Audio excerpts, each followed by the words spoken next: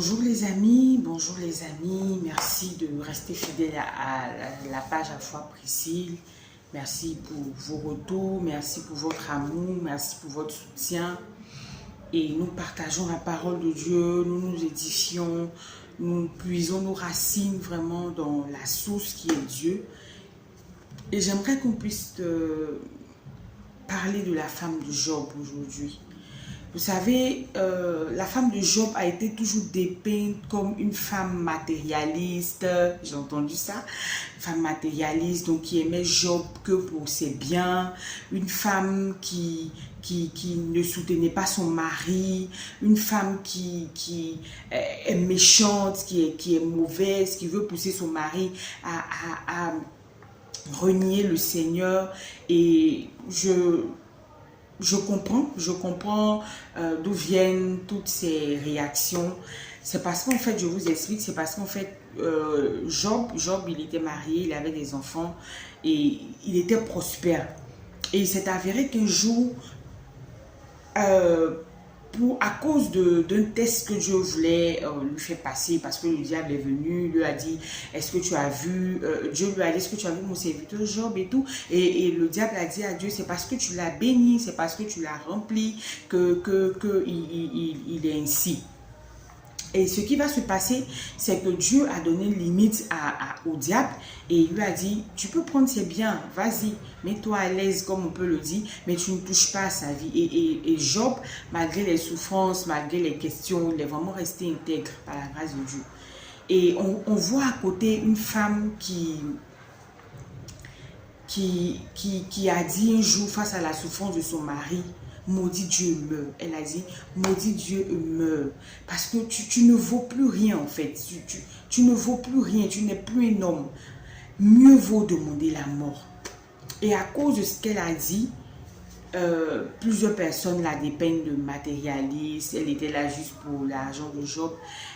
Je comprends bien et ça peut s'expliquer.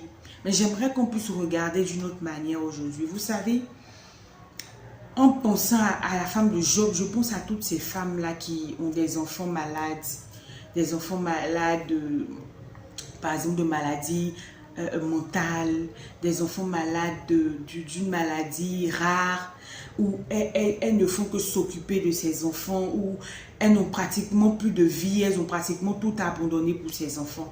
Je pense à ces femmes dont les maris sont malades depuis des années, ils ne peuvent plus subvenir à leurs besoins et ce sont elles qui prennent soin d'eux. Je pense à ces hommes également qui en font de même pour les femmes. Je pense à ces enfants qui en font de même pour leurs parents. Je pense à vraiment ces parents qui en font de même pour leurs enfants et vice versa. Et parfois, nous ne comprenons pas ce que ces personnes vivent. Vous comprenez? Imaginez que Job ne pouvait pas aller faire ses besoins tout seul. Imaginez que Job était arrivé à un stade où il avait besoin d'être assisté à tous les niveaux. Et qui était là? Job avait perdu tous ses enfants, ses serviteurs étaient partis. Il y en a qui sont morts, il y en a qui sont partis parce qu'il n'y a plus rien à protéger. Les bœufs, les brebis qui protégeaient ont tous péri. Et Job n'était qu'avec sa femme. Vous savez, parfois, on ne tient pas compte de la douleur de certaines personnes. On voit seulement celui qui souffre. Lui, Job souffrait, mais reconnaissons que sa femme également souffrait. Et si vous êtes déjà passé par ces situations, vous allez comprendre que ce n'est pas toujours facile. Ce n'est pas facile de voir son mari malade. Ça n'a rien à voir d'abord avec le fait de l'argent. Mais je vois une personne qui était à 100% de sa forme et qui aujourd'hui ne peut rien faire. Déjà, c'est démoralisant pour la personne qui partage la vie de cette personne-là. Vous comprenez? Et c'est elle qui devait s'occuper de lui. C'est elle qui devait nettoyer ses excréments. C'est elle qui devait lui donner à manger. C'est lui. Elle n'avait pas le droit de lui dire cela. Mais je pense à toutes ces femmes qui, arrivé à un moment donné, ont envie de craquer. Arrivé à un moment où disent, mais Seigneur, tue cet enfant, mais prends-le et que j'ai la paix. Au fond d'elle, elle n'a pas forcément envie de le dire, mais Elle est épuisée. Je pense à toutes ces personnes qui sont épuisées. Ces hommes comme ces femmes, ces jeunes comme ces vieux, ces enfants qui sont épuisés, qui ont des parents qui sont malades depuis des années, qui ne font que dépenser. Arrivé au moment donné, ils disent, mais Seigneur, prends-le. Parfois, ce n'est pas des souhaits profonds, mais juste à cause du mal. Et aujourd'hui, on ne se met pas à la place de ces personnes-là. Aujourd'hui, quand on regarde, on pense que c'est Job seulement qui souffrait.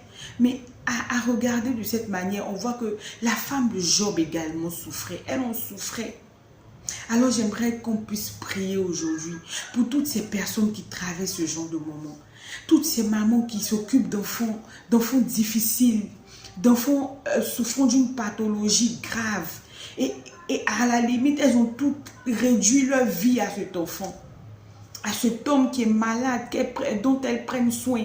À ce parent qui est malade, dont elles prennent soin. À cet homme également qui prend soin de sa femme malade, de son enfant malade. À ce parent qui prend soin de son enfant malade. À cet enfant qui prend soin de son parent malade. J'aimerais avoir une pensée forte pour vous aujourd'hui, pour vous dire, il peut y avoir des moments où vous allez craquer. Vous allez dire des choses. Parfois, on va vous juger sur ces choses.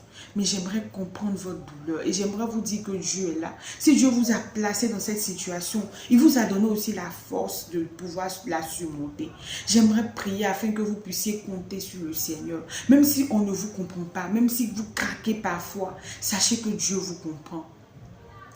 Sachez que Dieu, il sait. Dieu avait tout préparé d'avance. Dieu, il sait. Et il vous a donné la capacité. Soyez fortifiés. Soyez fortifiés. Soyez fortifiés. J'aimerais nous interpeller.